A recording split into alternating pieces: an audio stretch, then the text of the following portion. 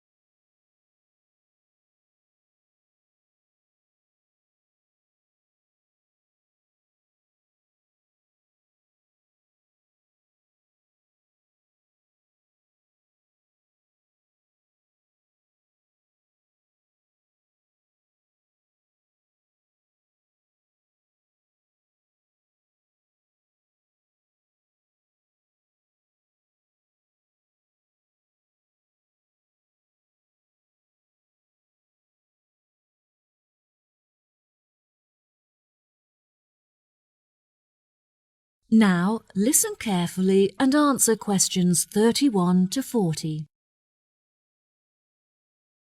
Today we're going to delve into the fascinating history of music in Britain and the evolution that it experienced throughout the duration of the 18th and 19th centuries.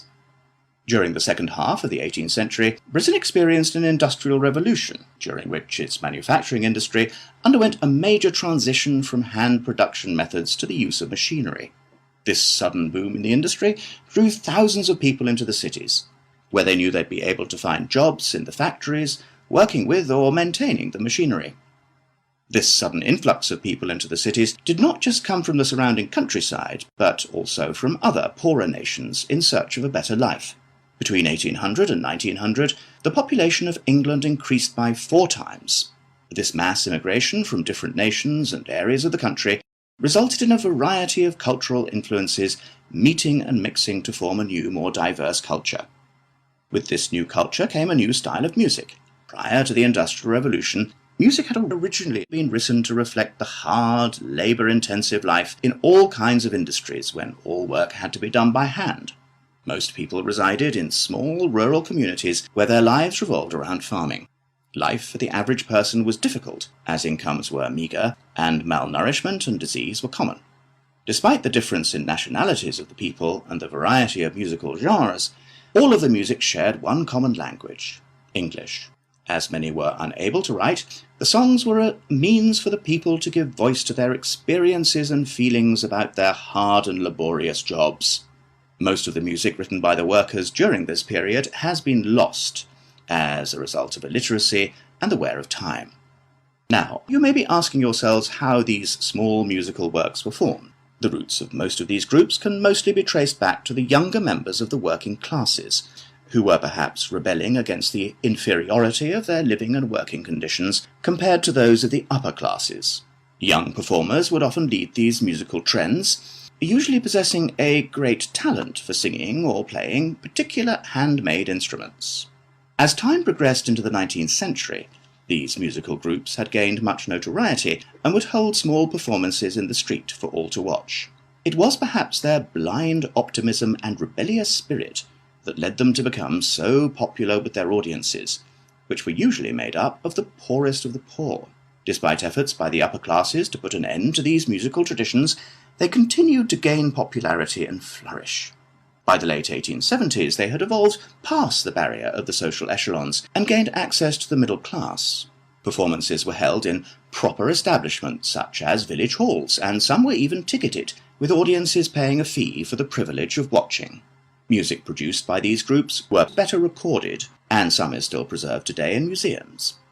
The music of these groups may not exist in the present day, but its influences are still clear if you look closely enough.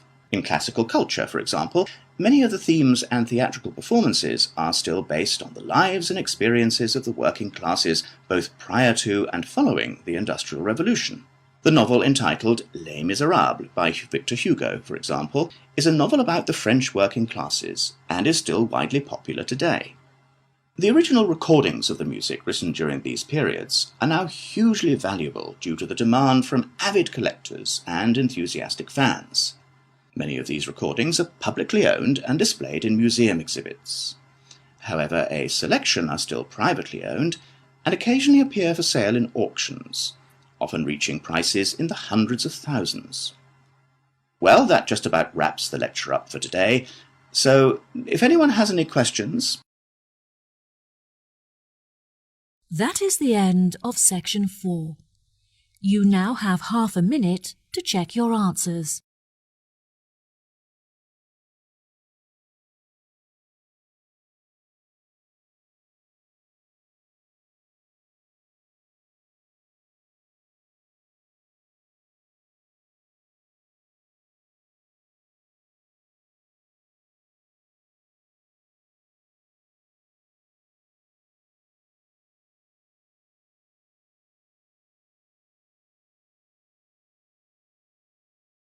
That is the end of the listening test.